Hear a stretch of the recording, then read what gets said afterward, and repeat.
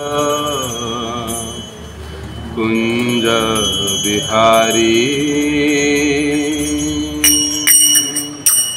जय राधा माधव कुंज बिहारी जय राधा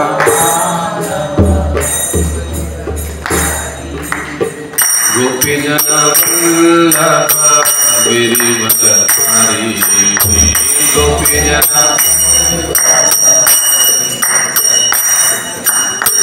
यशोदानंदन व्रज रंजन यशोदानंदन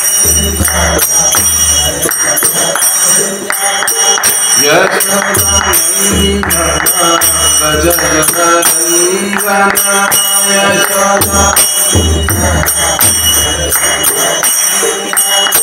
यमुना तीरावनचारी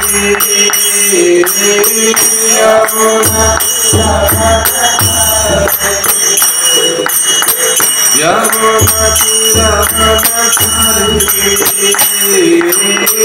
यमुना जय राधा माधव कुंज बिहारी जय राधा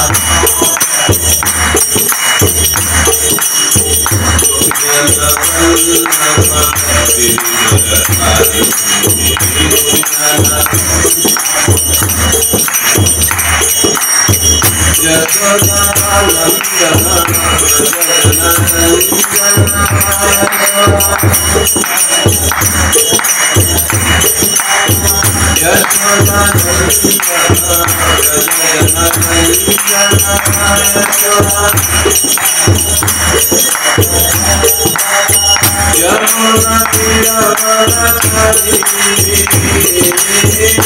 यमुना तीरावनचारी यमुना तीरावनचारी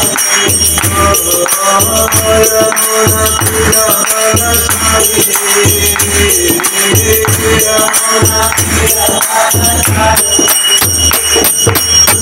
जय राधा माधव कुंज बिहारी जय Radha Madhav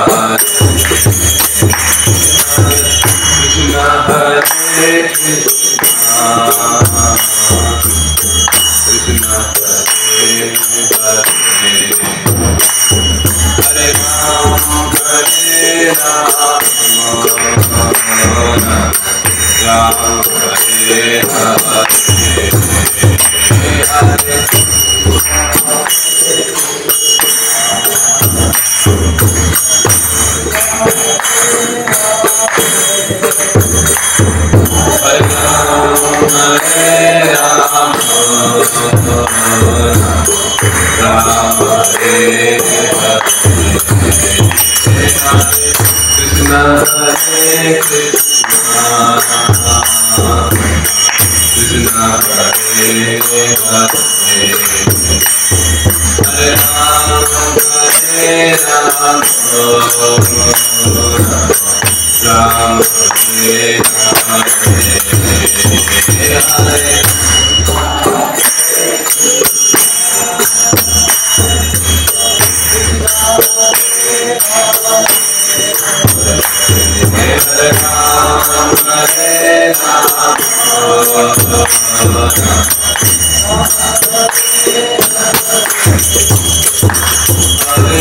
Krishna Hare Krishna Krishna Hare Hare Ram Hare Ram Ram Hare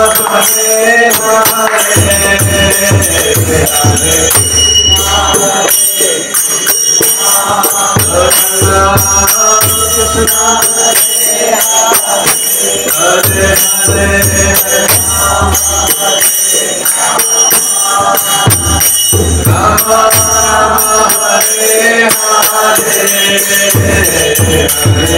Krishna Krishna Hare Hare Hare Ram Rama Hare Hare Hare Ram Hare Ram Rama Hare Hare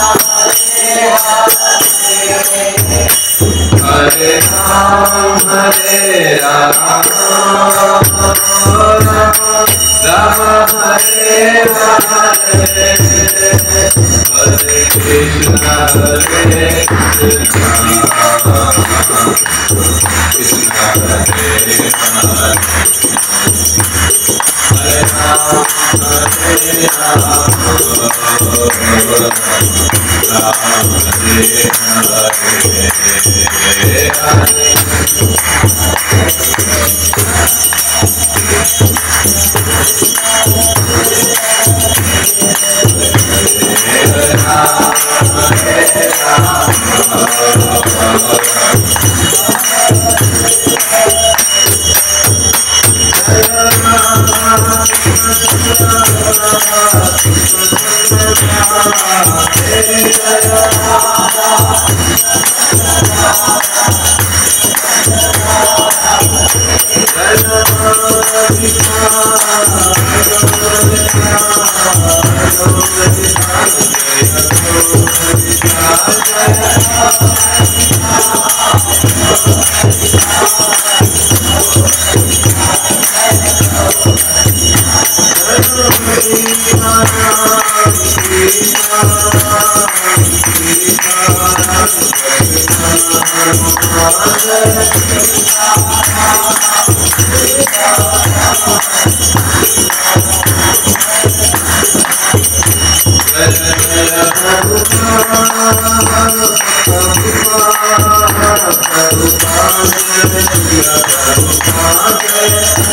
Hare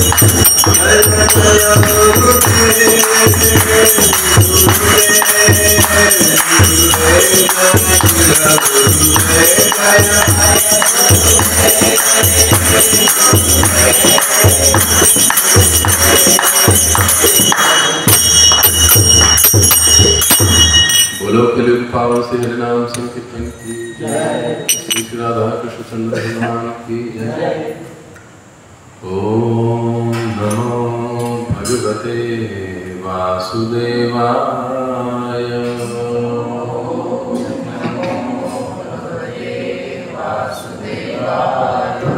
ओम नमो भगवते वासुदेवाय।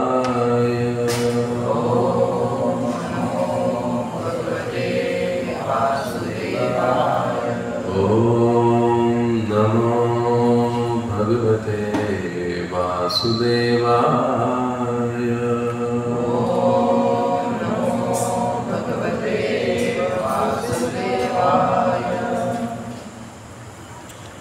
श्रीमद् भागवत स्कंद पहला अध्याय 8वां और श्लोक संख्या 35।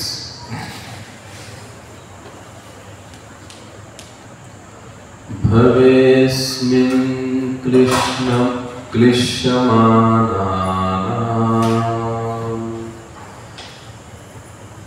सभी गाएंगे।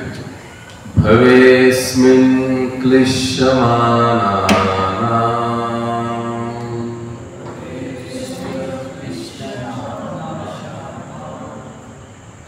विद्या काम कर्मभिः श्रवण स्मरण अर्हानि करिष्यन्निति केचन। भवेस्मिन् क्लिश्यमानानाम्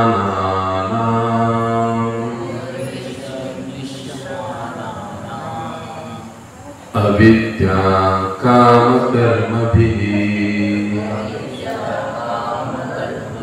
श्रवण स्मरण अर्हाणि करिष्यन् इति केचन। भवेस्मिन् क्लिश्यमानानाम्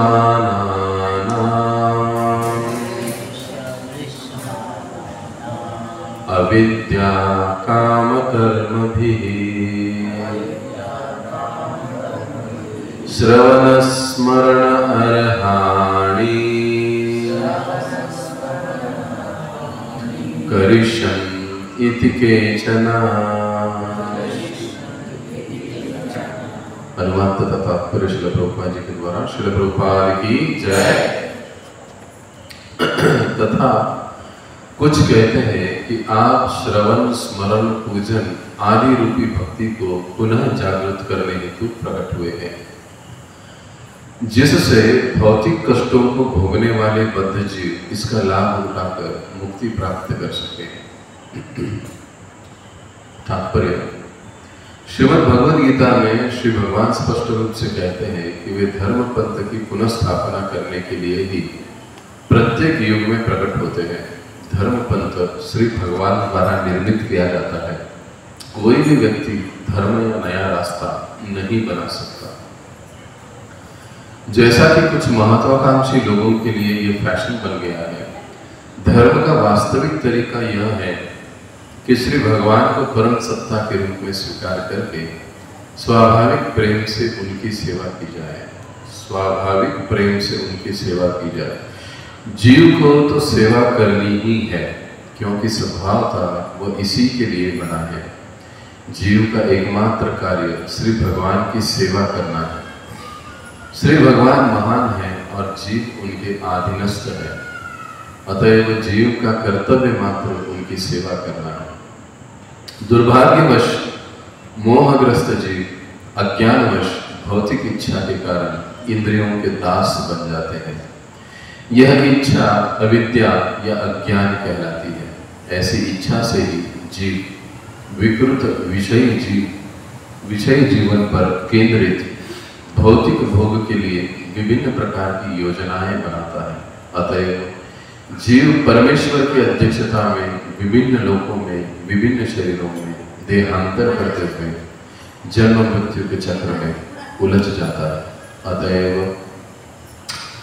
जब तक कोई इस अविद्या की सीमा से बाहर नहीं निकल लेता, तब तक वह भौतिक जीवन की त्रिविध तापों से मुक्त नहीं हो सकता। यही प्रकृति का नियम है।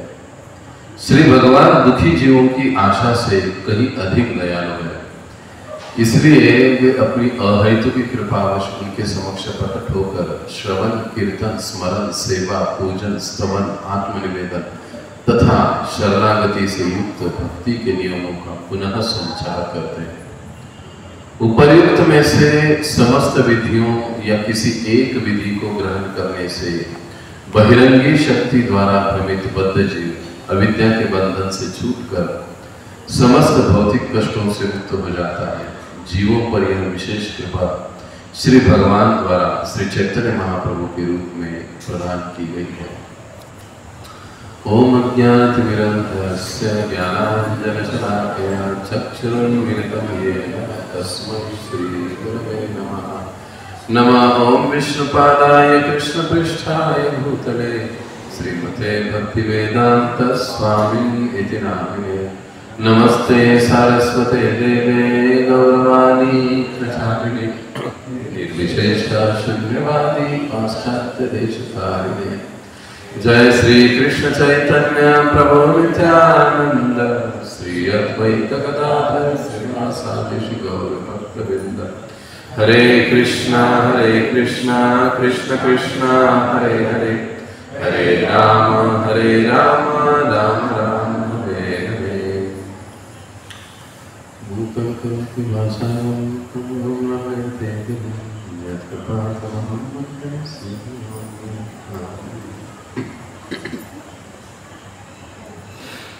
तो इस श्लोक में कुंती महारानी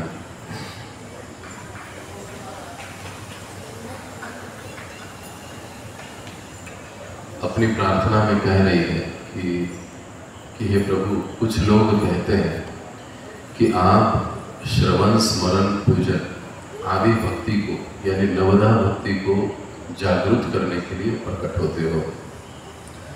इसके पहले वाले 34 नंबर के श्लोक में कुंती महाराज ने कहा था कि आप संसार में दुखी जीवों के कष्टों को हरने के लिए ब्रह्मा जी की प्रार्थना से अवतरित होते हैं।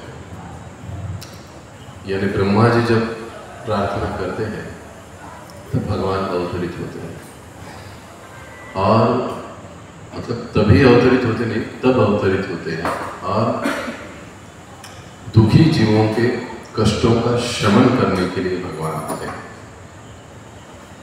ये भगवान की एक बहुत बड़ी दया है। कई बार हम लोग सोचते हैं कि भगवान क्या करते हैं हमारे लिए। जैसे तात्पर्य में प्रभुपाद जी बताते हैं कि भगवान ने हमारे लिए बहुत सारी व्यवस्था करके रखी है। इस संकट से, दुखों से मुक्त होने के लिए भगवान ने हमको बहुत सी बातें दी हुई। वो आते ही हैं हमारे दुखों का शमन करने के लिए, लेकिन कई बार हम लोग उसको समझ नहीं पाते। तो इसको कुंती महारानी 34 नंबर के श्लोक में समझाया, और अभी 35 नंबर के श्लोक में कुंती महारानी उसी विषय को आगे बढ़ाते हुए कहती है कि देखो प्रभु, जैसे ये कष्टों का शमन करने के लिए हमारे आप प्रकट होते हो, वैसे ही जो ये श्रवण स्मरण पूजन आदि जो भक्ति है अर्थात नवदा भक्ति है, उसको जागृत करने के लिए आप आते हो। और इस भौतिक जगत में जो भी जीव कष्ट भोग रहे हैं, वे लोग इन्हें देखकर, इन्हें मतलब भगवान की लीलाओं को, भगवान के अवतरण को देखकर, इन्हें सुनकर, इसका लाभ उठाकर मुक्ति प्राप्त कर सकते हैं। यानी भगवान की कथाएं, भगवान की लीलाएं हमको क्या देती है कि हमारे कष्टों का शमन होता है भगवान की लीलाओं को सुनने से, देखने से। और इस भौतिक जीवन के कष्ट से तो हम मुक्ति होते ही हैं, साथ ही साथ मुक्ति का मार्ग हमें प्राप्त हो जाता है, या मुक्ति हम लोग प्राप्त कर लेते हैं। यानी भगवान का जो आना है, भगवान का अवतरण है, वो कोई साधारण बात नहीं है। किसी रावण हिरण्यकशिपु को मारने के लिए भगवान आते हैं वाली बात नहीं है, बल्कि भगवान आते हैं हम जैसे कष्टी या दुखी जीवों के दुखों को हरने के लिए। और इस कष्ट और दुख को हरने के लिए जो विधि है, उस विधि को पुनः स्थापन करने के लिए, अब वो विधि क्या है, उसको क्या कहते हैं? श्रवण स्मरण पूजन आदि, यानी जो नवधा भक्ति है इसको पुनः स्थापित करने के लिए भगवान आते हैं। अब पुनः स्थापित क्यों? एक बार स्थापन कर दिया तो कर दिया, लेकिन जैसे जैसे गीता में भगवान बताया सकाले ने हम आता योगो नष्ट परंतप, कि जैसे जैसे काल बीतता जाता है, समय बीतता जाता है, वैसे वैसे कभी कभी विधियों में, विधानों में काल के प्रभाव से दूषण आ जाता है, कुछ खराबी आती है, कुछ व्यक्तियों के द्वारा होती है, कुछ काल के प्रभाव के द्वारा होती है, और इसीलिए उसको फिर से सुधारने के लिए, पुनः स्थापना के लिए भगवान फिर से प्रकट होते हैं, फिर से उस विधि को जागृत करते हैं, तो जैसे ही वैसे। तो ये नवधा विधि को पुनः जागृत करने के लिए, तो इसमें देखिए तात्पर्य में प्रभुपाद जी हमको बताते हैं कि जीव का वास्तविक धर्म है या कर्म है भगवान की सेवा करना। तात्पर्य में प्रभुपाद जी ने हमको बताया, लेकिन सेवा का मतलब क्या है? हम सभी भक्त लोग सेवा करते हैं, कुछ ना कुछ, छोटी हो बड़ी हो, कुछ ना कुछ सेवा हर कोई करता है। इस्कॉन में ऐसा कोई विरला ही मिलता है कि जो सेवा नहीं करता, हर कोई सेवा करता है। लेकिन सेवा का मतलब क्या है? कि प्रेम से किया जाने वाला कार्य। तात्पर्य में प्रभुपाद जी ने इसको बताया, प्रेम से किया जाने वाला, भगवान की संतुष्टि के लिए किया जाने वाला कार्य, उसे सेवा कहा है। इसका मतलब क्या हुआ? सेवा में प्रेम की जरूरत है, और उसका उद्देश्य, उस कार्य का उद्देश्य भगवान की संतुष्टि होना चाहिए। ये दो चीजें प्रमुख हो, तभी उस कार्य को सेवा कहा जाएगा। नहीं तो कोई कहेगा कि मैं मंदिर में आ गया, मंदिर में आकर बैठ गया, तो सेवा हुई क्यों? क्योंकि पहली चीज तो उसमें प्रेम भाव नहीं है, कुछ तकलीफ है, कुछ प्रॉब्लम है, इसके लिए आ गया, प्रेम भाव है। दूसरी चीज, अब क्या कहा? दूसरी बात में क्या कहा गया है कि प्रेम से भगवान की संतुष्टि के उद्देश्य से, प्रसन्नता के उद्देश्य से कार्य किया जाए। जब ये दो चीजें किसी कार्य में होते हैं, या ये दो लक्षण किसी कार्य में होते हैं, तब उसको सेवा कहा। सेवा सत्य की जाने वाली, सत्य के लिए सत्य की जाने वाली भक्ति, उसको सेवा। इसलिए प्रभुपाद जी भक्ति की व्याख्या क्या करते हैं? प्रेममयी, भगवान की प्रेममयी सेवा। और सेवा का मतलब क्या है? सेवा का मतलब है कि प्रेम भाव से भगवान के प्रसन्नता के लिए किया जाने वाला कार्य। भक्ति और सेवा दोनों एक ही है, इसमें कोई अंतर नहीं है। हम कोई सेवा कर रहे हैं, मान लीजिए किसी ने ये ईंटें लाकर यहां पर लगा दी, किसी ने ये ईंटें लाकर यहां पर लगा दी, ये उसकी भक्ति हुई। हम ये भी कहेंगे ये उसकी सेवा, लेकिन केवल सेवा नहीं तो यही उसकी भक्ति भी है। और सेवा से पता चलता है कि उस साधक की भक्ति कैसे है। दो चीजें, दोनों बातें एक दूसरे के ऊपर। सेवा और भक्ति, इसमें कोई अंतर नहीं है।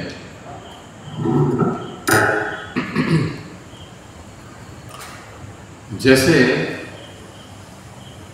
हमको प्रभुपाद जी उदाहरण देते हैं कि धर्म के बारे में हमको समझाते हैं प्रभुपाद जी, तात्पर्य में इस शब्द का भी प्रयोग हुआ। धर्म यानी ऐसी चीज। अब धर्म का मतलब क्या है? धर्म यानी ऐसी चीज जो जीव से या आत्मा से अलग नहीं की जा सकती। धर्म यानी ऐसी चीज जो जीव से आत्मा से अलग नहीं की जाती। शक्कर से मिठास को अलग किया जा सकता है,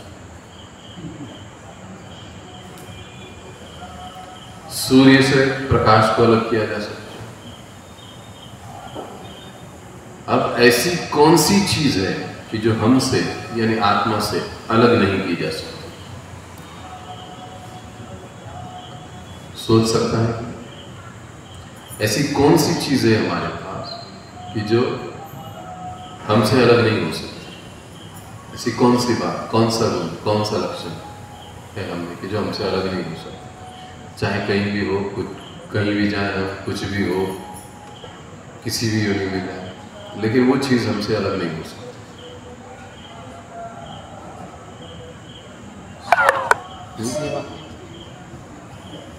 शरीर अलग हो जाता है? नहीं।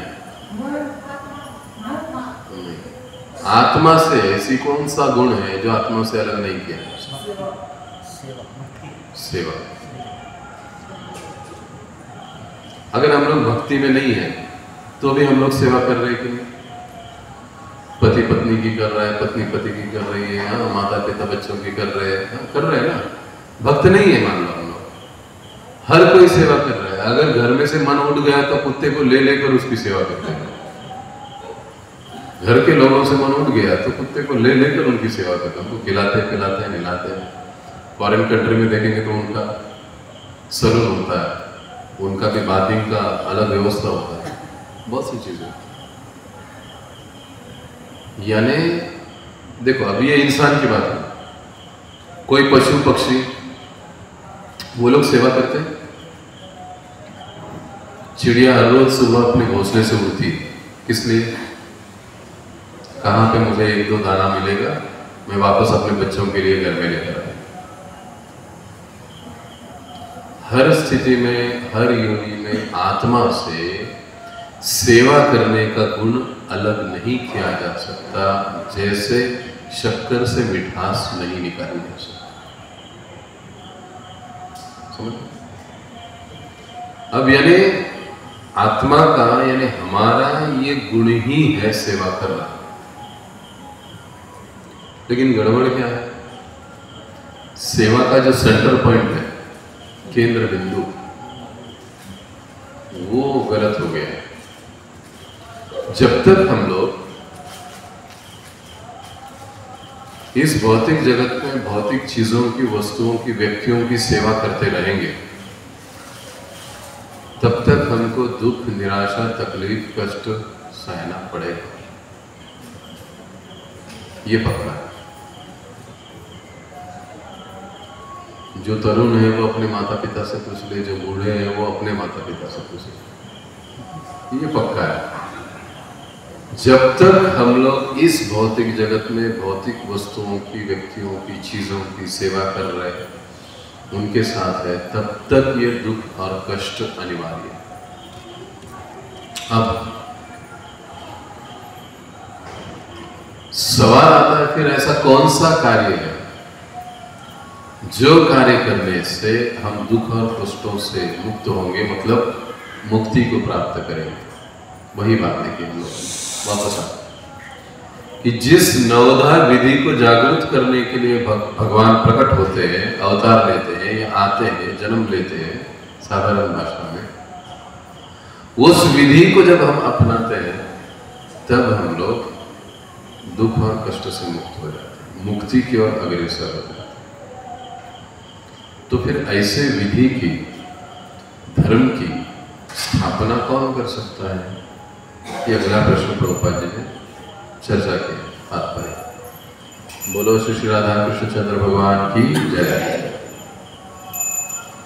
तो ऐसा कौन है कि जो धर्म की स्थापना कर सकता है या ये विधि नए से बना सकता है, योग पद्धति नए से बना सकता है? तो शास्त्र हमको समझाते हैं कि जो व्यक्ति 4 दोषों से मुक्त है वो व्यक्ति धर्म की स्थापना कर सकता है। 4 दोष कौन से? हम में से हर व्यक्ति भ्रमित है, हम में से हर व्यक्ति गलतियां करता है। हम में से हर व्यक्ति के जो इंद्रियां हैं वो अपूर्ण है। हम में से हर व्यक्ति में दूसरों को फंसाने की प्रवृत्ति है। आज तक के जीवन में हमने कभी ना कभी किसी न किसी को फंसाया है। ऐसे कोई नहीं कह सकता कि प्रभु जी ने एकदम 100% क्लियर हो, मैंने आज तक किसी को फंसाया है। कोई नहीं सकता। कभी ना कभी कहीं ना कहीं हमने किसी को फंसाया, किसी न किसी को फंसाया है। तो ये 4 दोष जिस व्यक्ति में है वो कभी भी हमको परिपूर्ण ज्ञान नहीं दे सकता। समझ इस बात। अब जो खुद भ्रमित है, जो खुद कंफ्यूज है, वो दूसरों को क्या गाइड करेगा, दूसरों को क्या ज्ञान देगा। इसलिए धर्म की विधि की स्थापना ऐसा ही व्यक्ति कर सकता है या ऐसा ही तत्व कर सकता है जो भ्रमित नहीं है, जिसमें फंसाने की प्रवृत्ति नहीं है, जिसकी इंद्रियां अपूर्ण है। इंद्रियां अपूर्ण का क्या मतलब होता है? अब इस दीवार के परे क्या हो रहा है मैं नहीं देख सकता। एक निश्चित डीसीएम से कम की आवाज में नहीं सुन सकता, और उससे ज्यादा वाली कुछ जो कान का जो हमारे लिमिट होता है उससे ज्यादा भी हम नहीं सुन सकते। एक लिमिट से आगे का, चलो दीवार की बात छोड़ो, लिमिट से आगे का भी मैं नहीं देख सकता। ये लगाना पड़ता। इसको कहते हैं अपूर्ण इंद्रिय, कि हमारी इंद्रियां बाय डिफॉल्ट अपूर्ण होती है। उसमें हर वक्त कुछ ना कुछ तो कमियां हैं, और ऐसी अवस्था में कोई भी व्यक्ति धर्म की स्थापना नहीं कर सकता।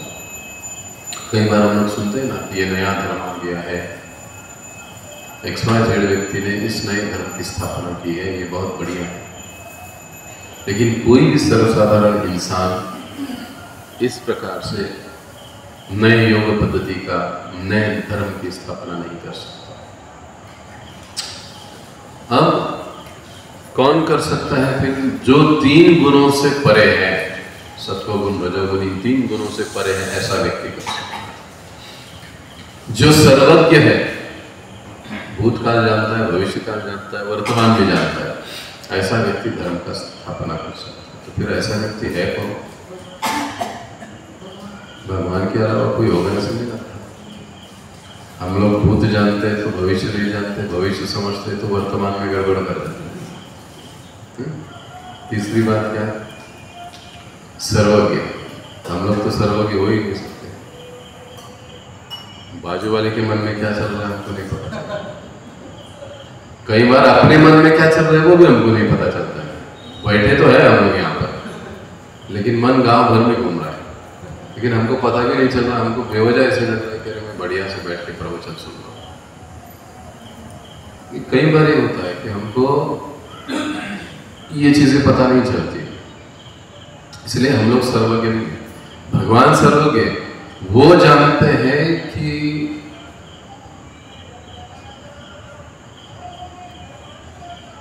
कौन व्यक्ति, कौन जीव आगे क्या करने वाला है। हर एक की हिस्ट्री को भी वो जानते हैं, फ्यूचर को भी जानते हैं, प्रेजेंट को भी जानते हैं। ये भगवान की भगवत्ता। ऐसा ही व्यक्ति धर्म की स्थापना कर सकता है, योग पद्धति की स्थापना कर सकता है। और दूसरा, जिसको भगवान ने शक्ति प्रदत्त करी है, ऐसा व्यक्ति धर्म की स्थापना कर सकता है। संत लोग आजकल की बात नहीं कर रहे हैं, संत यानी तुकाराम महाराज वगैरह वगैरह, ओरिजिनल बात आजकल की। तो ये जो शक्ति प्रदत्त जो भक्त है, ये लोग धर्म की या योगिक विधि की स्थापना कर सकते हैं। बाकी और दूसरा तीसरा कोई कहता है कि ये नया है, हमने बनाया है, हमारे द्वारा बनाया गया है, तो समझ लेना चाहिए सबसे बड़ा धोखा है। धर्म कौन बना सकता है, ये बात। अब तीसरी बात कि वास्तविक धर्म क्या है। धर्म की तो बहुत सी चर्चाएं हम लोग सुनते हैं, ये धर्म वो धर्म, बहुत सी बातें, लेकिन वास्तविक धर्म क्या है। भागवत हमको समझाता है धर्मम तो साक्षात भगवत प्रणीतम। धर्म का मतलब क्या है, जो भगवान ने कहा वो धर्म, और जो भगवान ने कहा उसको हम पालन कर रहे हैं तो हम लोग धार्मिक हैं, हम लोग पक्के धर्म के अनुयायी हैं। तो भगवान ने कहां पर कहा है, गीता में कहा मन मना भो मत भक्तो मध्याजी मान मुस्कुरो, मन मना भो अपना मन मुझ में लगा, मध्याजी मेरी पूजा करो, मां नमस्कुरो मुझे नमस्कार करो, ये भगवान ने कहा। और ये भगवान ने कही हुई बातों को जब हम एज इट इज पालन करते हैं तब वो पक्का धर्म हुआ, धर्म का पक्का पालन हुआ। कोई कह रहा है इसीलिए हम कुछ चीजें कर रहे हैं तो उसको धर्म नहीं कहा। जो गीता में भगवान ने कहा उसको हम पालन करना चाहिए, वही वास्तविक धर्म है। दूसरा, महाजनयेन गता सपंथा। जो भगवान के महान महान भक्त हैं उन्होंने जो कहा और उन्होंने जो किया उसके अनुसार हम लोग चल रहे हैं, उसके अनुसार हम कर रहे हैं, तो हम धर्म का पालन कर रहे हैं। कई बार हम लोग ये सोचते हैं कि हम लोग धर्म का पालन कर रहे हैं,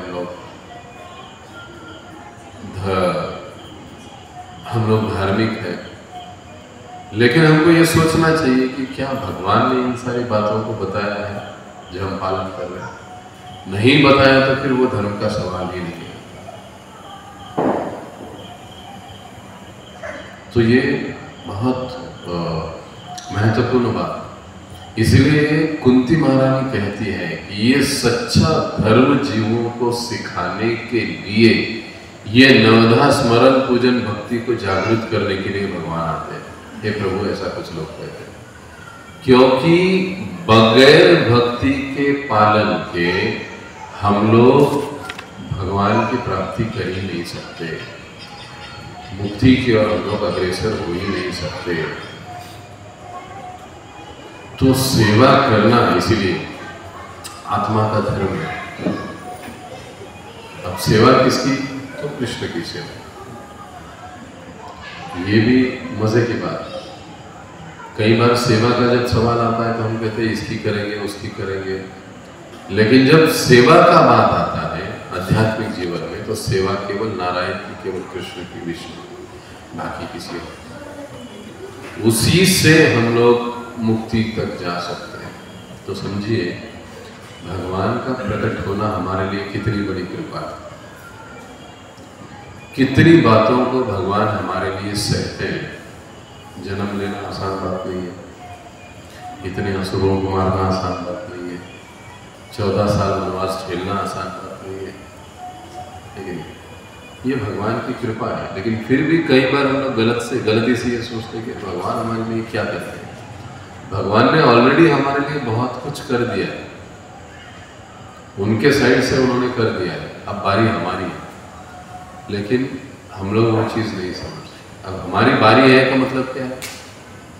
अब जो भगवान ने हमारे लिए किया है उसके लिए उनको थैंक यू कहना तो जरूरी है। इस दुनिया में भी हम देखते हैं अगर कोई हमारे लिए कुछ करता है, हम किसी के लिए कुछ करते हैं तो बदले को हमको थैंक यू तो कह ही देता है, या हम उसको थैंक यू तो कह ही देते हैं। तो भगवान को थैंक यू कहने का क्या मतलब है। जो भगवान इस धरातल पर प्रकट हुए, आए, इतनी लीलाएं की, जब हम भगवान की लीलाओं को सुनते हैं, जब हम उनकी कथाओं को सुनते हैं, भक्तों के संग में आते हैं, तो इसका मतलब ये है कि हम एक प्रकार से भगवान को धन्यवाद देते हैं।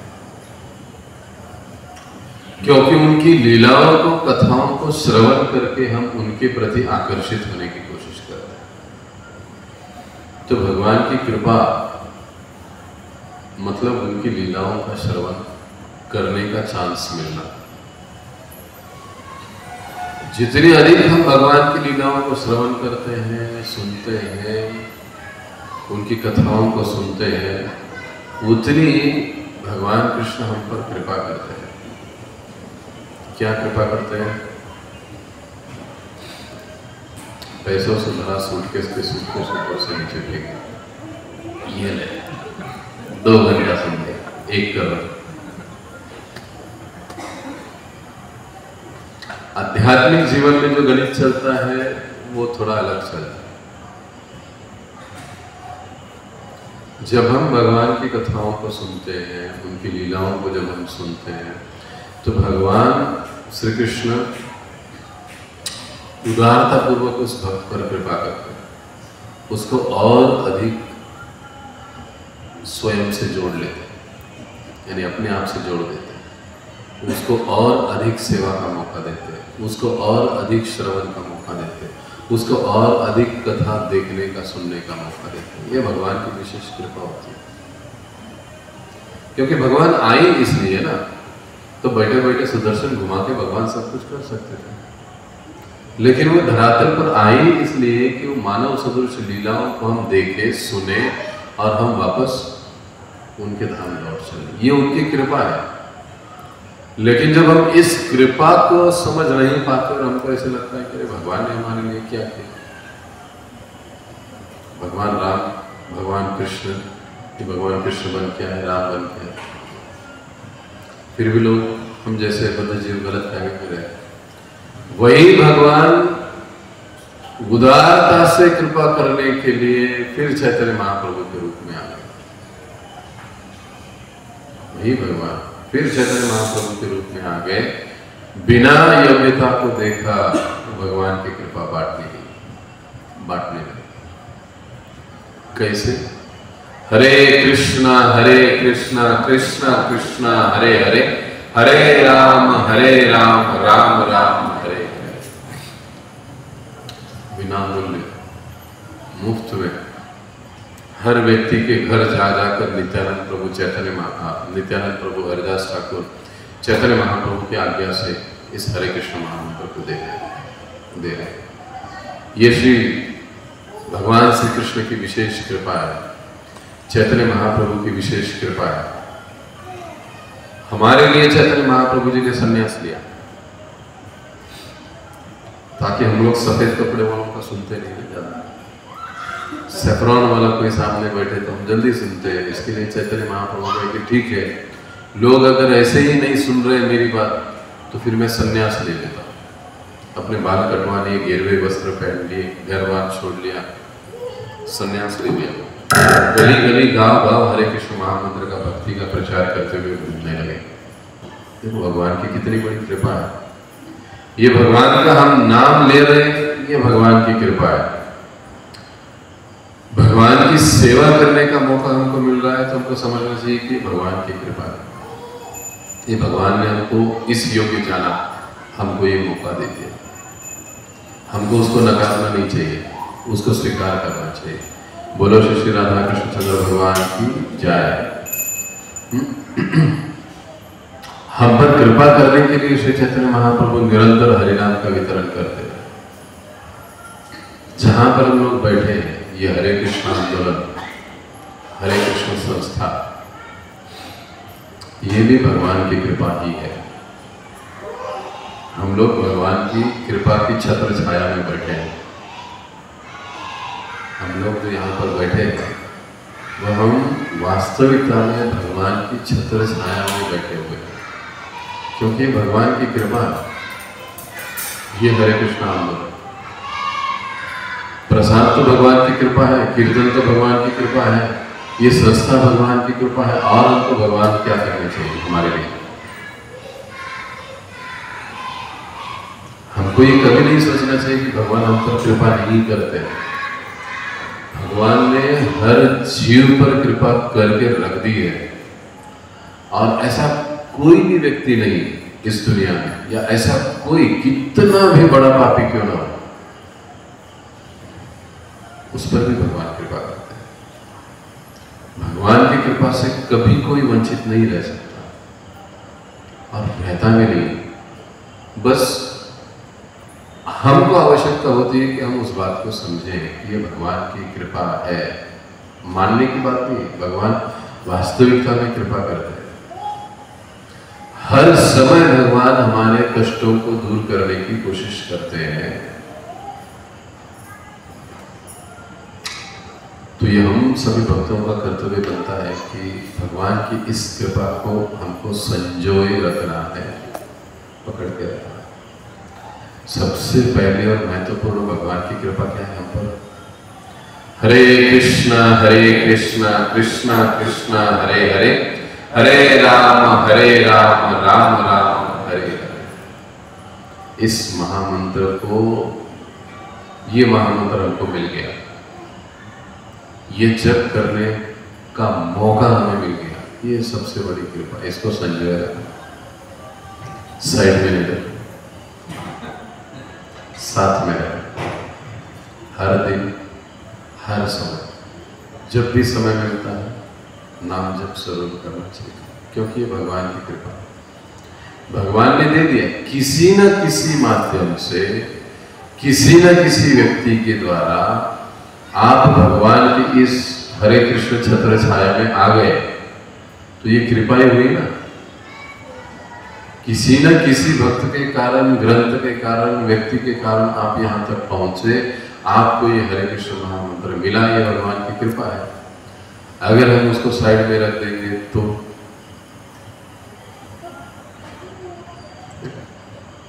भगवान कहेंगे मौका दिया था आने का, तुम नहीं आए, अब लाते खाते रहो माया की, दुख झेलते रहो, भोगते रहो। लेकिन भक्त इतने दयालु होते कि बार बार मौका देते।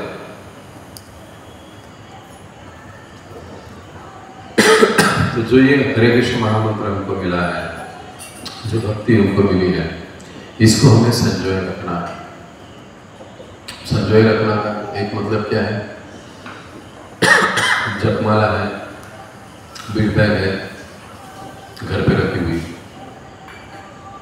संजो के रखा है,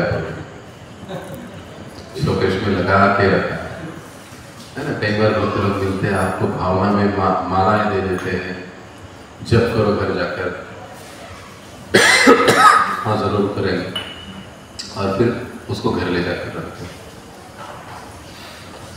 भगवान की कृपा मिल गई, लेकिन हमने उसको इनएक्टिव रख दिया। वो कृपा एक्टिव कब होगी? जब हम उसका उपयोग करेंगे। कृपा तो भगवान ने दे दी। इस दुनिया में देखिए, ऐसा कोई जीव नहीं है कि जिस तक भगवान पहुंचते नहीं है उसको अपने तक आने का मौका नहीं देते। चाहे आस्तिक हो, नास्तिक हो, भक्त हो, ना हो, कोई भी, हर व्यक्ति तक भगवान किसी न किसी माध्यम से पहुंचा देते संदेश, अपनी कृपा पहुंचाते। लेकिन जीव माया के कारण समझ नहीं पाते, हम लोग उसको नहीं समझ पाते। तो ये चीज संजय रहना, इसका मतलब क्या है कि जो ये महामंत्र हमको मिला है, जो ये चीज हमको मिली है, जो सेवा हमको मिली है, उसे करते रहना, निरंतर करते रहना। यही भगवान की कृपा को प्राप्त करने का एक सरल तरीका है। तो जो भी हम लोग मंदिर में नियमित आते हैं, हर रोज हमको जप करने की कोशिश करनी चाहिए। एक माला जप करने के लिए कितना टाइम लगता है? ज्यादा से ज्यादा 7 मिनट। 7 जन्मों तक नहीं घूमना है तो 7 मिनट का जप कर लो, है ना। 7 जन्म का घूमने का कोई जरूरत नहीं। भगवान की कृपा हमको मिल गई है, हमको उसको स्वीकार करना चाहिए। अभी विश्व हरिनाम चल रहा है, बहुत से 8 दिन सभी भक्त लोग जो जोर शोर से अधिक मालाओं का जप करते हैं। आप भी उसमें जप करिए और भगवान की कृपा प्राप्त करने का प्रयास कीजिए। जो जप नहीं करते वो लोग जप आरंभ करें। जप कैसे करना है, क्या करना है, हमारे किसी भी वक्त से आप मिल सकते हो, वो आपको बताएंगे, सिखाएंगे। क्योंकि जप या भगवान का नाम एकमात्र वस्तु, ऐसी वस्तु है जो हमको इस सांसारिक क्लेश से मुक्त कर सकती है। दूसरा कोई रास्ता नहीं। कलेर दोष निधे राजन अस्ति हे को महानुगुण कीर्तनादेव कृष्णस्य। कलयुग में 1000 दोष है लेकिन एक गुण है। क्या? इस युग में केवल भगवान का नाम लेने से हम भगवान की प्राप्ति कर सकते हैं। सतयुग में अगर गलती से आए होते तो 60,000 साल तपस्या करने बैठना पड़ता। तो भाग्यशाली हम लोग कलयुग में आ गए। ये शॉर्टकट मिल गया कि केवल भगवान के नाम जप से हम भगवत प्राप्ति कर सकते हैं, जीवन में परिवर्तन का अनुभव कर सकते हैं। तो इन सारी चीजों को पुनः स्थापित करने के लिए भगवान अवतरित होते हैं, ऐसे कुंती महारानी हमको बता रही है, समझा रही है। तो यहाँ पर हम रुकेंगे। किसी कोई प्रश्न है तो आप पूछ सकते हैं।